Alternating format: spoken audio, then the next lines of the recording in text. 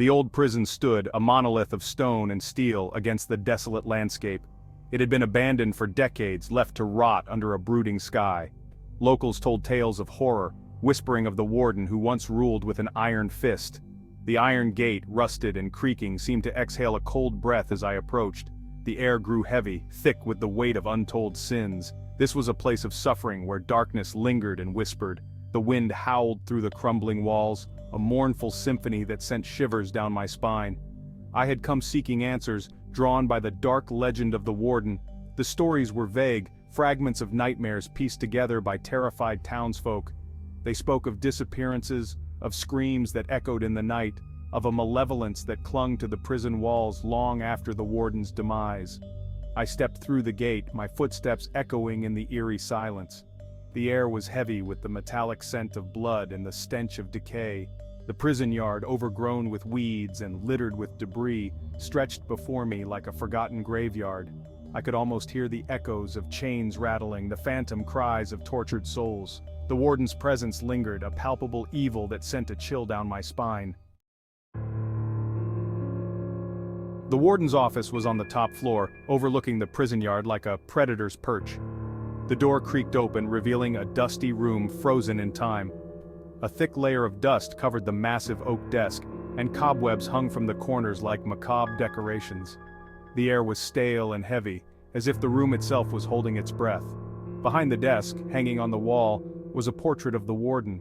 His eyes, cold and calculating, seemed to follow my every move. He wore a cruel smile, a hint of sadistic pleasure lurking in the corners of his mouth. The inscription below the portrait read, "Warden Silas Blackwood, Guardian of Order." But what order could be found in a place like this? I found his journal hidden beneath a loose floorboard, its leather cover cracked and faded.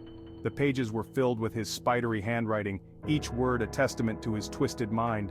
He wrote of his experiments, his attempts to control the very essence of the prisoners under his care.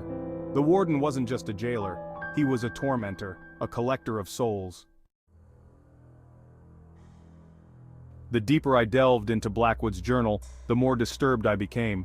He wrote of forbidden texts, of rituals performed under the pale light of the moon.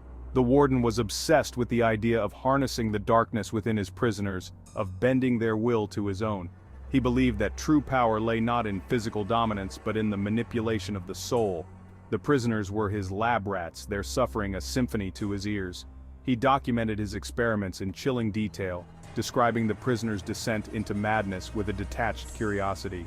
He spoke of whispering voices, of shadows that danced in the corners of their cells, of a terror that clung to them like a shroud. As I continued reading, a cold realization washed over me. The warden wasn't merely documenting his atrocities, he was boasting about them. He reveled in the fear he instilled, in the power he held over the lives and deaths of his prisoners. He saw himself as a god, and this prison was his temple of torment. The prison was a labyrinth of cold, echoing corridors. Each cell I passed seemed to radiate a palpable sense of dread, as if the very walls themselves were soaked in suffering. The air grew colder, and the silence was broken only by the sound of my own heartbeat. There were whispers in the darkness, faint and indistinct, like the rustling of leaves just beyond the reach of the wind. Shadows danced at the edge of my vision, vanishing when I turned to face them. The hair on the back of my neck stood on end. I was being watched. The deeper I ventured into the bowels of the prison, the more pronounced the phenomena became. Doors slammed shut behind me, seemingly of their own accord.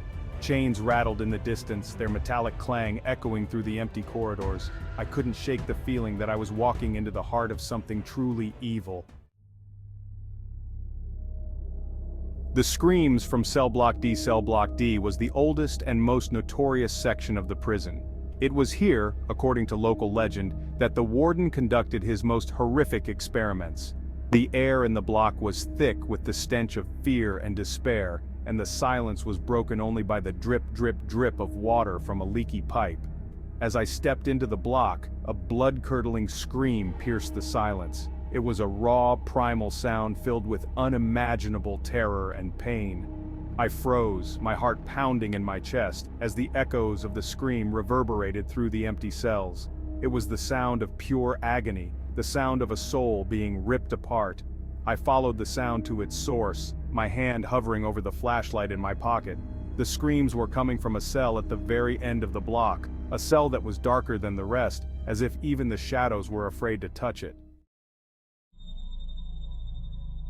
An unsettling discovery. I approached the cell cautiously, my hand trembling as I reached for the rusty latch. The door creaked open, revealing a small, windowless room. The air inside was thick with the smell of decay and something else, something metallic and cloying like the scent of blood. Then I saw him, or rather what was left of him. A skeletal figure draped in tattered rags was slumped against the far wall. His eyes were hollow sockets staring vacantly at the ceiling, and his jaw hung open in a silent scream. The flesh had been stripped from his bones, leaving behind only a gruesome mockery of a human being. Clutched in his bony hand was a piece of parchment, covered in frantic scribbles. I pried it loose, my fingers brushing against his cold, stiff flesh. The writing was barely legible, but I could make out a few chilling words. "He's coming. The Warden. He's still here." The ritual chamber. The Warden's journal had mentioned a hidden chamber beneath the prison, a place where he conducted his most secret and profane rituals. According to his twisted logic, it was here, in the darkness beneath the earth, that he could tap into the true potential of his subjects.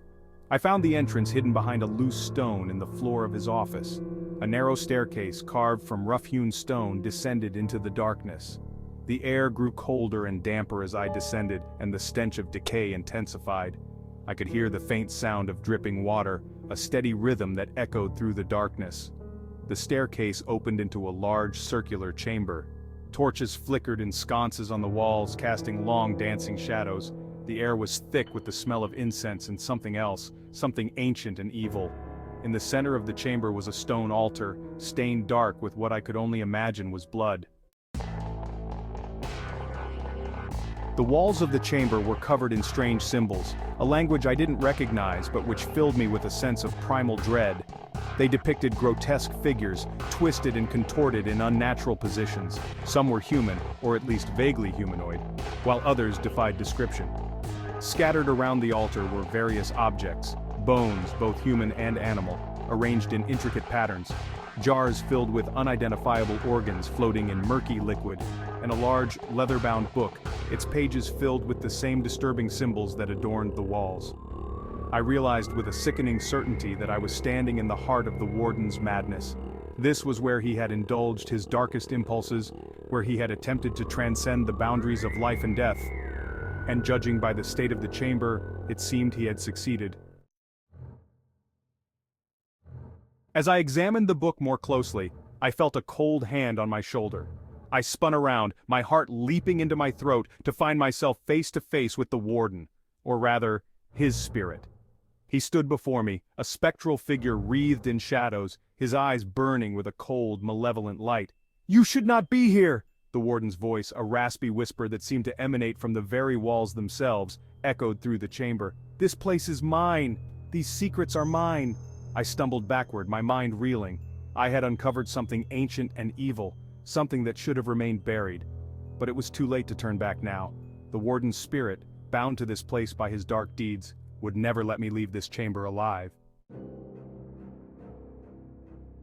The Warden lunged at me, his spectral hands outstretched, his touch sending a jolt of icy terror through my body. I dodged out of the way just in time, scrambling back to my feet as he hissed in frustration. His eyes blazed with a fury that transcended death, and his voice echoed with the torment of the countless souls he had imprisoned within these walls. "You will join them," he snarled, his voice dripping with malice. "You will become another brick in my monument to despair." I knew I couldn't fight him head on. He was too powerful, too deeply rooted in this place. My only hope was to use his own darkness against him. Remembering the rituals described in his journal, I grabbed a handful of the strange, pungent incense burning in a brazier near the altar and hurled it at the Warden's spectral form. The incense struck the Warden's chest and he let out a deafening shriek, his form flickering violently as if consumed by an invisible fire. I seized the opportunity, scrambling past him towards the staircase. As I ran, I could hear him howling in rage and frustration, his voice echoing through the chamber long after I had escaped back into the relative safety of the prison above. I emerged from the prison into the cold light of dawn, my clothes torn, my body trembling, my mind scarred by what I had seen and heard. The old prison stood silent against the horizon, but I knew the evil that lurked within its walls was far from gone. The warden's legacy, a tapestry of pain and madness, would continue to haunt this place, a chilling reminder of the darkness that can fester in the human heart.